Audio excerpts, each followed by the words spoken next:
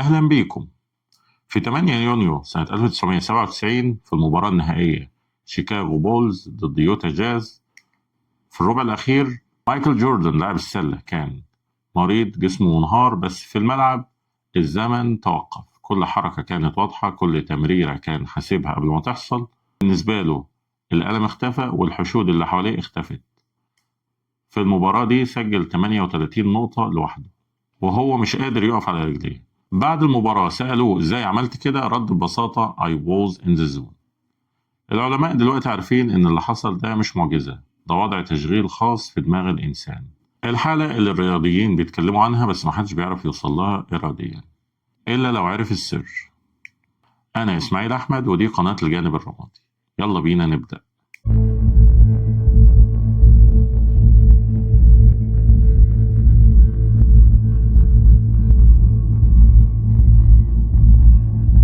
تخيل معايا إنك قاعد تشتغل على مشروع بتحبه، شغلت الموسيقى، فتحت اللابتوب وبدأت.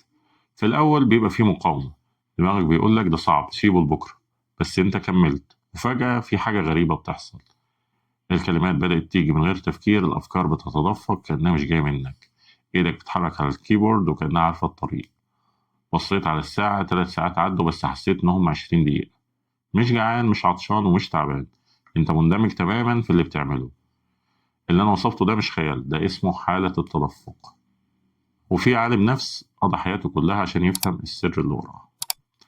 بس في البداية ما تنساش لايك، شير، سبسكرايب وفعل زر الجرس عشان دايما يوصلك كل جديد. مبدئيا كده الراجل ده اسمه صعب شوية، اسمه ميهالي تشيكسنتميهالي، فخلينا نسميه ميهالي وبس. عالم نفس مجري، هاجر لأمريكا سنة 56 وكان عنده هوس بسؤال واحد: ايه اللي بيخلي الإنسان سعيد؟ مش فلوس، مش شهرة، ومش نجاح، لا، في حاجة أعمق. والإجابة لقاها في أغرب الأماكن.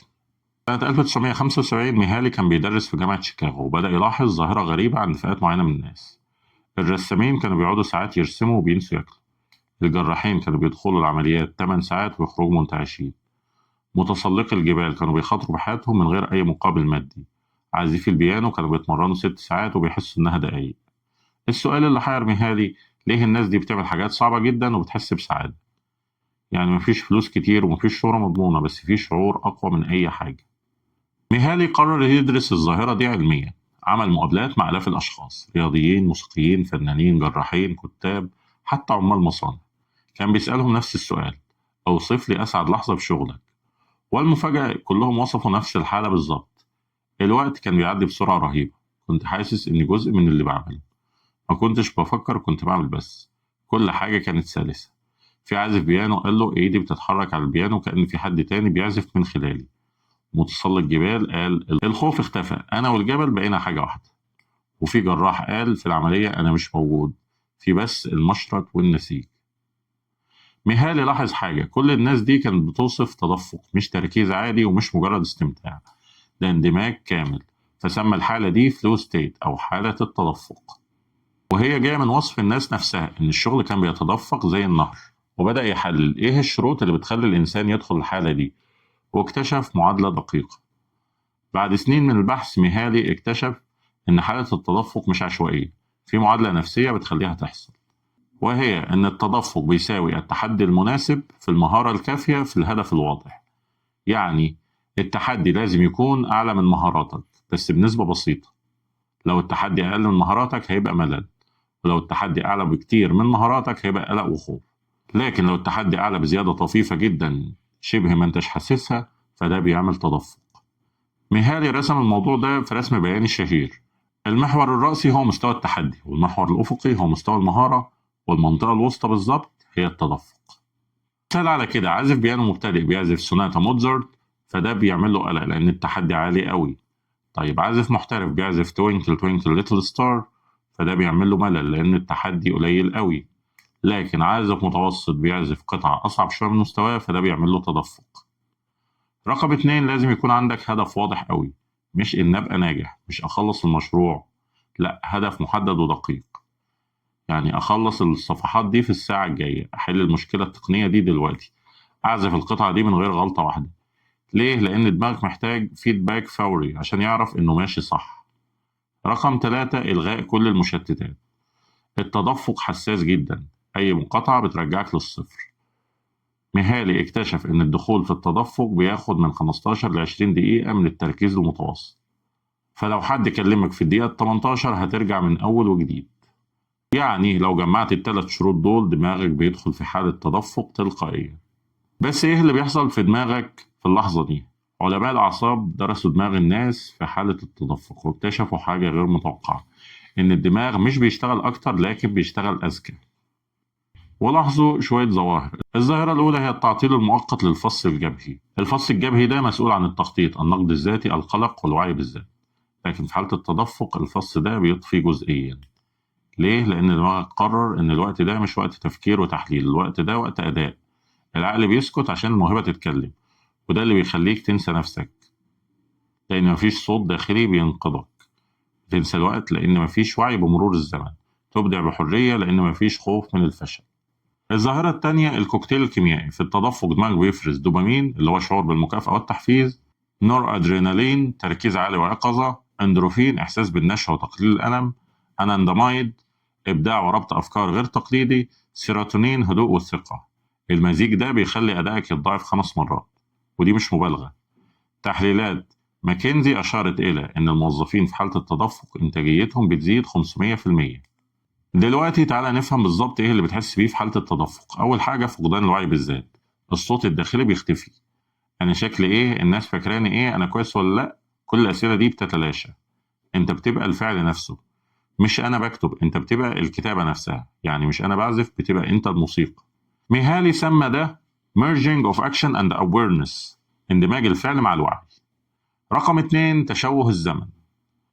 3 ساعات بيساوي 20 دقيقة أو العكس. مايكل جوردن قال في اللحظات الحاسمة الكرة كانت بطيئة وكنت شايف كل حاجة في سلو موشن. ليه ده بيحصل؟ لأن دماغك في التدفق بيعالج المعلومات أسرع ب10 مرات، فالعالم الخارجي بيبان بطيء. رقم 3 التغذية الراجعة الفورية. أنت عارف فورا لو أنت ماشي صح ولا غلط. العازف بيسمع النوتة صح ولا غلط لحظيا. المبرمج بيشوف الكود بيشتغل ولا لأ فورا. الرياضي بيحس بالحركة صح ولا لأ في نفس اللحظة. مفيش انتظار، مفيش شك. دماغك بياخد فيدباك ويعدل ويكمل. كل ده في أجزاء من الثانية. رقم 4 الشعور بالسيطرة الكاملة. مش سيطرة حقيقية 100%، لا ده شعور بالسيطرة حتى لو الموقف صعب. انت حاسس انك قادر. متسلق الجبل على ارتفاع 2000 متر موضوعيا ده خطر، لكن في التدفق هو حاسس انا مسيطر، انا عارف انا بعمل ايه.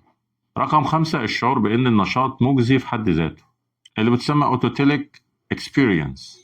واوتوتيليك بتساوي اوتو اللي هي ذاتي، وتيلوس اللي هي هدف من اليونانية. يعني الهدف جوه النشاط نفسه. انت مش بتعمل حاجة عشان مكافأة خارجية، انت بتعملها لان عملها نفسه ممتع. الرسام مش بيرسم عشان يبيع اللوحة، بيرسم لان الرسم نفسه بيديله سعادة. طيب انت ممكن تقول لي طب ما انا بركز ولا بشتغل عادي؟ لا، في فرق ضخم. التركيز العادي بتحس بمجهود، في حالة التدفق مفيش احساس بالمجهود. التركيز العادي بتفكر في اللي بتعمله، في حالة التدفق مفيش تفكير، في فعل فقط. في التركيز العادي الوقت بيمشي عادي، أما حالة التدفق الوقت بيختفي أو بيتشوه زي ما قلت. وفي التركيز العادي ممكن تتشتت بسهولة، أما في حالة التدفق فشبه مستحيل تتشتت.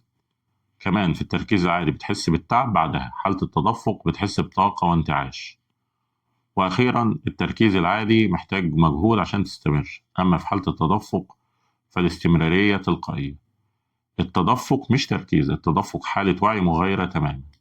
دلوقتي بقى خليني أقول لك على 5 أخطاء بتمنعك إنك توصل للتدفق. الخطأ الأول هو الاستعجال. لو في خطأ واحد بيضيع التدفق عند أغلب الناس فهو ده، إنك عايز تدخل التدفق فورا. مش هينفع. التدفق محتاج ورم أب أو تسخين. أول 15 إلى 20 دقيقة بيبقى فيه مقاومة طبيعية. دماغك بيقول لك ده صعب، سيبه. والحل إنك تستمر، متستسلمش. بعد 20 دقيقة التدفق بيجي تلقائيا. الخطأ التاني هو المهمة سهلة قوي أو صعبة قوي. لو بتعمل حاجة أسهل من مستواك فده بيسبب لك ملل فعقلك بيهرب، ولو بتعمل حاجة أصعب بكتير بيعمل قلق وشلل ذهني. والحل إنك تختار مهمة أصعب من مهاراتك بنسبة بسيطة جدا، تحس إنها تحدي لكن مش مستحيل. الخطأ التالت المقاطعات. كل إشعار وكل رسالة وكل بص بسرعة على الموبايل بيدمر التدفق تماما.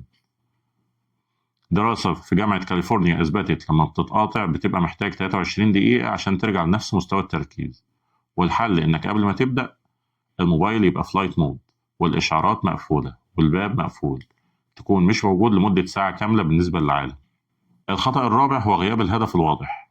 يعني لما تقول هشتغل على المشروع شوية فده مبهم، دماغك مش عارف يقيس تقدمه.